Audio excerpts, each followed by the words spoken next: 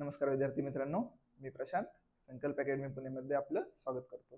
तर आज आपण जिओग्राफी बेसिक्स मध्ये आपण जो टॉपिक बघणार आहे तो आहे प्लेट टेक्टोनिक्स मुवमेंट्स. तर प्लेट टेक्टोनिक्स म्हणजे काय हे आज समजून घेऊ आपण. आपल्या पायाखालची जी जमीन असते ही कायम हलती कंटिन्युअसली मुव्हिंग आहे. ह्याच आपल्याला ते जाणून येत नाही, पण ही चालू आहे कंटिन्यू, ही प्रोसेस चालू आहे आपल्या पायाखालची जमीन हलण्याची. ह्यालाच आपण प्लेट टेक्टोनिक्स मुवमेंट असं म्हणतो. तर आपण प्लेट टेक्टोनिक्स काय ते बघून घेऊ. अनेक थरांनी बनलेली आहे पृथ्वी, ही अनेक थरांनी बनलेली. जसं आपण मागच्या क्लासमध्ये लेयर्स ऑफ ॲटमॉस्फिअर बघितले, तसे लेयर्स ऑफ अर्थ पण आहेत. ते पण आपण बघू, थोडक्यात बघू, नंतर आपण एखाद्या क्लासमध्ये डिटेल्समध्ये बघू. तर सर्वात बाहेरील थर ज्याला लिथोस्फिअर म्हणतात, मोठ्या भागांमध्ये प्लेट्समध्ये विभागलेला आहे, ज्यांना प्लेट टेक्टोनिक्स असं म्हणतो आपण. तर ही कोणत्या प्लेट्स आहेत ते आपण पुढे बघणार आहेत. या प्लेट्स खालच्या अर्धविकसित सेमी मॉल्टन एस्थेनोस्फिअर वर तरंगत असतात. तर आपण आधी लेयर्स ऑफ अर्थचे लेयर बघून घेऊ. हे अर्थचं कोर, ही दुसरी लेयर ही मेंटल, आणि एक पातळ लेयर जिला आपण क्रस्ट म्हणतो. आणि हे मेंटल, ह्यातच एक छोटीशी सेमी मॉल्टन लेयर आहे, म्हणजे काय मराठीत काय म्हणू, ती सॉलिड पण नाहीये लिक्विड पण नाहीये, दोघांच्या मध्ये घट्ट लावा आहे. जसं आपण लेयर्स ऑफ ॲटमॉस्फिअर मध्ये बघितलं होतं, स्ट्रॅटोस्फिअर, ट्रोपोस्फिअर, स्ट्रॅटोस्फिअर, आणि स्ट्रॅटोस्फिअर मध्ये एक छोटीशी लेयर होती ओझोनची. तशीच इथे एक छोटीशी लेयर आहे मेंटल मध्येच एस्थेनोस्फिअरची, जो की लावा आहे. आपण पुढे जाऊ.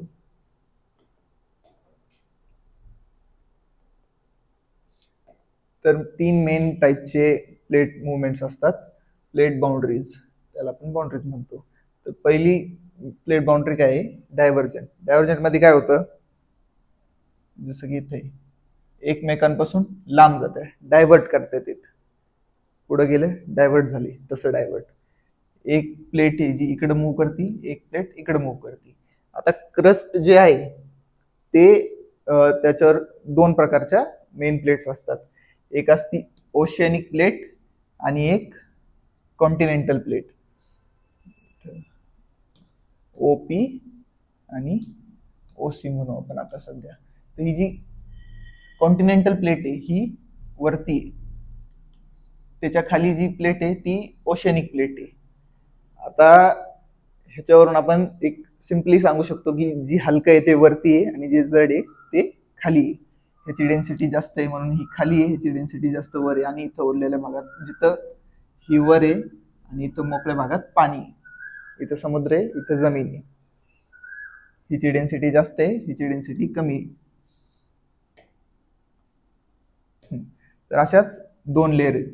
एक प्लेट ज्यावेळेस 2 प्लेट ज्यावेळेस एकमेकांपासून दूर जात असतात त्यावेळेस जी बाउंड्री फॉर्म होते त्याला आपण म्हणतो डायव्हर्जंट बाउंड्रीज.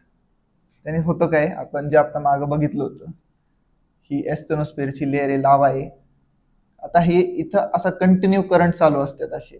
जसं आपण पाणी मारतो पुढं, तर पाणी पुढे जाऊन भिंतीला धडकलं की ते असं आणि असं ह्या डायरेक्शन मध्ये पांगतं. तसंच पृथ्वीच्या आतमध्ये पण सेम प्रोसेस कंटिन्युअसली चालू असते. आता समजा हा एक पृथ्वीचा भाग आहे, इथून कंटिन्युअस लावा असा फिरतोय. आता जिथं पण वीक पॉइंट असन, जिथं पण पातळ असन किंवा क्रॅक गेलेला असन काही, तिथून हे तुटायला सुरुवात होणार. आपण समजू की इथंच फॉल्ट पॉइंट होता, काहीतरी क्रॅक वगैरे होता, छोटासा क्रॅक डेव्हलप झाला, तो मोठा होत होत तो असा लांब जायला लागतो, एकमेकांपासून दूर जायला लागतो. दूर गेल्यामुळे मध्ये क्रॅक येतो, त्या क्रॅक मधून हा जो इथला लावा आहे हा वरती यायला सुरुवात होती. ह्यानीच मग इथं उद्रेक होत असतो लावाचा. आपण बघतो लावा पांगतो, ढुम ढुम ढुम ढुम फुटत असतो, पिक्चर मध्ये दाखवतात. दुसऱ्या प्रकारची बाउंड्री आहे कन्व्हर्जंट बाउंड्री. वरती आपण बघितली ही कन्व्हर्जंट होती, ही एक आपलं डायव्हर्जंट होती, एकमेकांपासून लांब जात होती. कन्व्हर्जंट ही एक लांबून जवळ येतात 2 प्लेट. तर ह्यात होतं काय, ही एक प्लेट आहे, ही एक प्लेट आहे, ही आपण ओशनिक प्लेट समजू.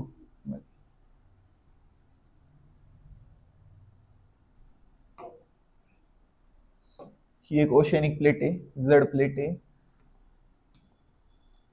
ही या दोन कॉन्टिनेंटल प्लेट्स आहेत. ही इकडे सरती, ही इकडे सरती, दोन्ही एकमेकांच्या जवळ जातात. आता जवळ आल्यामुळे काय होतं, इथं मध्ये जो पण जमिनीचा भाग असेल ही पण जमीनच आहे, फक्त ही डेन्स आहे, ही थोडी कमी डेन्स आहे. आता इथं मध्ये समुद्र असेल, समुद्राचा गाळ असेल, तो सगळा साचत साचत जाणार आणि इथं डोंगर बनणार, जसं की आपलं हिमालय झालेले. हिमालयाची प्रोसेस हीच आहे, दोन प्लेट जवळ आल्या आणि त्याचा मधला गाळ जो साचला त्याचं हिमालय झालं. पुढची आहे ट्रान्सफॉर्म बाउंड्री. ट्रान्सफॉर्म मध्ये काय होतं, दोन प्लेट आहेत, त्या एकमेकांपासून लांब पण नाही जात आहेत, जवळ पण नाही जात आहेत, ते एकमेकांना घासतात असं.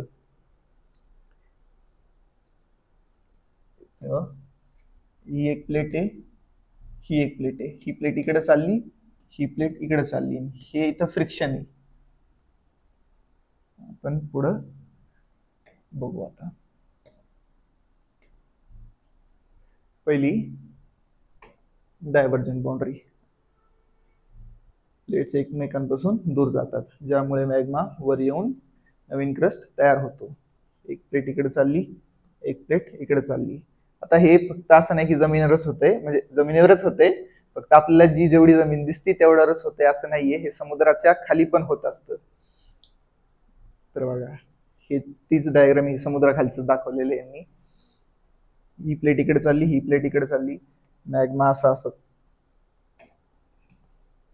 मॅग्माचे करंट असे चालू आहेत, हे मोठं मोठं होत चाललंय आणि मग इथून हळूहळू जसं जसं मॅग्मा वर जातो, उद्रेक होत जातो आणि हे लांब लांब होत जातात. आपण पुढे बघू मिड ओशनिक रिज वगैरे. हे स्टेनोस्फेअर, ओशनिक प्लेट, ही पण ओशनिक प्लेटच आहे, एकच प्लेट दोन तुकड्यात झाली. आता पण एक प्लेटचं चालू आहे, हे आपण ते पुढे बघू कोणती प्लेट आहे. कन्व्हर्जंट बाउंड्रीज, हिमालय झालेत.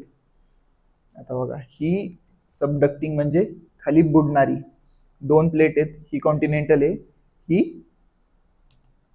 ही कॉन्टिनेंटल आहे, ही ओशियनिक आहे. दोन्ही आल्या, जी जड आहे ती बुडणार. पाण्यात कोणती गोष्ट सगळ्यात आधी बुडती, जड की हलकी? जड बुडती. तर इथं पण, कारण ज्यावेळेस एकत्र येतात काहीतरी होणार आहे, कोणीतरी वर जाणार आहे, कोणीतरी खाली जाणार आहे, दोन्ही पण असे जाणार आहे किंवा दोन्ही पण असे जाणार आहे असं तर होणार नाही. जी जड असणार आहे ती खाली जाणार आहे. आता जी जड आहे ती खाली गेली,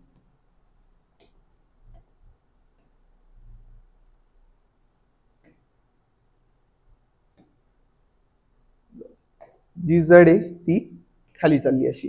आता खाली चालली तर ही एस्टोनोस्फिअर मध्ये चालली, जिथं की टेम्परेचर खूप जास्त आहे, सगळा लावाच आहे. आता ही जी मग प्लेट जी खाली गेली ही पण पागळती, पागळल्यावर तिचेच डिपॉझिट वरती लावा बरोबर येत असतात. आले आले आले वरती आले, जमिनीवर आले, उद्रेक झाला, थंड झालं पांगलं, थंड झालं पांगलं. हे बघा, डोंगर डोंगर डोंगर डोंगर सगळं इथं डोंगर रांगा बनलेले आहेत. बऱ्यापैकी डोंगर असेच बनलेले आहेत, जे की जुने डोंगर आहेत, आपलं हिमालय हे असंच बनलेले. हा, आणि हे जे पाण्याखाली जी मग इथं जो हे पडते, गॅप बनतो, त्याला हे म्हणतात ट्रेंच. एक खड्डा असतो एक.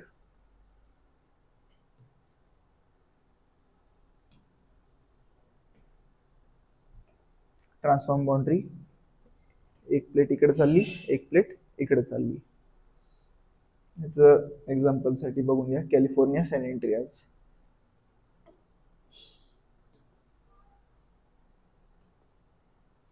आता आपण प्लेट्स बद्दल बोललो होतो वरती, तर ह्या त्या प्लेट्स आहेत. आता प्लेट्स पण या दोन प्रकारच्या आहेत, काही मेजर प्लेट्स आहेत, काही मायनर प्लेट्स आहेत. मेजर प्लेट्स म्हणजे मोठ्या प्लेट्स, मायनर छोट्या. आता मेजर प्लेट झाली जी African plate, South American plate, Pacific plate, Antarctic plate, Australian plate, Eurasian plate. हे परीक्षेत विचारल्या जातात, तर ह्या नोट करून घेऊन ठेवा तुम्ही. मग पुढं आता ह्या ज्या प्लेट्स आहेत प्रत्येक ठिकाणी काही ना काहीतरी प्रोसेस चालू आहे. कुणी जवळ येतंय, कुणी लांब जातंय, कुणी एकमेकांना घासतंय, असं असं असं कुणी असं चाललंय, कुणी असं चाललंय. त्याचं एक एक्झाम्पल बघू. आता जो ही अटलांटिक समुद्र आहे, हा एकमेकांपासून, ह्या दोन प्लेट्स आहेत ह्या एकमेकांपासून लांब लांब चालू आहेत. ही इथं जी बाउंड्री बनती ती डायव्हर्जंट बाउंड्री. हा समुद्र मोठा होत चाललाय. आता हा मोठा होत चाललाय तर हा इकडे कंप्रेस करतोय ना, ह्या प्लेटला इकडे ढकलतोय. तर हा जो समुद्र आहे पॅसिफिक समुद्र, हा छोटा होत चाललाय कारण इथली बाउंड्री ही प्लेट आणि ही प्लेट एकच आहे, मागे गोल केलं की. तर ह्या जवळ येत चाललंय, तर हे समुद्र छोटा होत चाललाय आणि हा मोठा होत चाललाय. आपला भारत बघा, इथं हा भारत आहे. प्लेट ही दिसती का, इथं ही लाईन आहे जी, ही युरोपियन प्लेट आहे, ही इंडियन प्लेट आहे. दोन्ही एकत्र आले, इथं हिमालय झाला. आपण मागे प्रोसेस बघितली कशी झाली. परत आफ्रिकामध्ये इथं एक ठिकाणी, आता एक मी म्हणलं नवीन ठिकाणी एक नवीन प्लेट बनायला सुरुवात झालेली आहे. ही इथं झालेली, हा पार्ट आफ्रिकेपासून वेगळा झालेला आहे. आफ्रिकेपासून आधी पण एक पार्ट वेगळा झालेला आहे, जो की आपला भारतच आहे. आता नवीन पार्ट तुटतोय अजून एक. हे इथं जपान वगैरे, इथं भूकंप सारखा येत असतो. ते येण्याचं कारण काय, हेच प्लेट्सचं मुवमेंट. इथं ही एक प्लेट, ही एक प्लेट, ही एक प्लेट ट्रँगलवर अडकलाय, जास्तच प्लेट आहेत तिथं, म्हणून तिथं जास्तच भूकंप येत असतात, कायम भूकंप असतात. आपल्या इथं पण हा जो वरचा पार्टी, ह्याच्यामुळे इथं भूकंपाचे दिल्ली वगैरेच्या भागात हादरे बसत असतात कायम. इथं का नाही होत, कारण हे आपण सेंटरमध्ये येतो, तर एवढा भूकंप आपल्याकडे होतच नाही, कारण भूकंप येण्यासारखं काही नाहीच आहे. कुठं क्रॅक नाहीये, कुठं लांब जात नाहीये, कुठं काहीच होत नाहीये. जे होते ते इथं होते, इथला इथवर इतका इफेक्ट येत नाही. पुढं आपण बघू, ही जी लाईन आहे हिला म्हणतात Pacific ring of fire. Ring of fire का, कारण इथं ज्वालामुखी आहेत, ह्या अख्ख्या पट्टीत ज्वालामुखी आहेत. असं ज्वालामुखी इथंच काय आहेत, तर इथं आपण बघितलं ही लाईन तुम्हाला दिसत असेल, प्लेट आहे, प्लेट्सची मुवमेंट चालू आहे कायम. कुणी डायव्हर्ज होते, कुणी कन्वर्ट होते, काही ना काहीतरी मुवमेंट चालू आहे. त्यामुळे इथं लावाचं जे बाहेर पडण्याचं प्रमाण आहे हे कंटिन्यू चालू आहे. सगळ्यात जास्त ऍक्टिव्ह व्हॉल्कॅनोज जे आहेत, जे सक्रिय ज्वालामुखी आपण म्हणतो, ते ह्याच भागात सापडतात, आढळतात. हे बघा जापान वगैरे, इथं पण कायम भूकंप, आपण ज्वालामुखीचा उद्रेक विस्फोट होत असतो कायम. फिलिपिन्स वगैरे इकडे सगळं, इंडोनेशिया वगैरे मध्ये चालू असतं कायम. हे अमेरिकन प्लेट्स मध्ये पण होत असतं, कधी कधी त्यांच्या मूवीज वगैरे मध्ये असतं.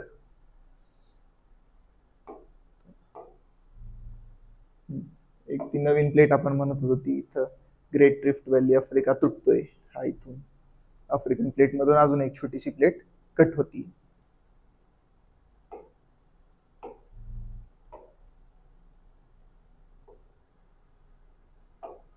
ही तेच रिंग ऑफ फायर आहे, समजण्यासाठी सोपं म्हणून हे अजून एक इमेज दिलेली आहे. आफ्रिका इथं तुटायला लागलेला आहे, आधी भारत तुटून आलेला आहे, भारत इथं होता, इथून इथं आलेला आहे.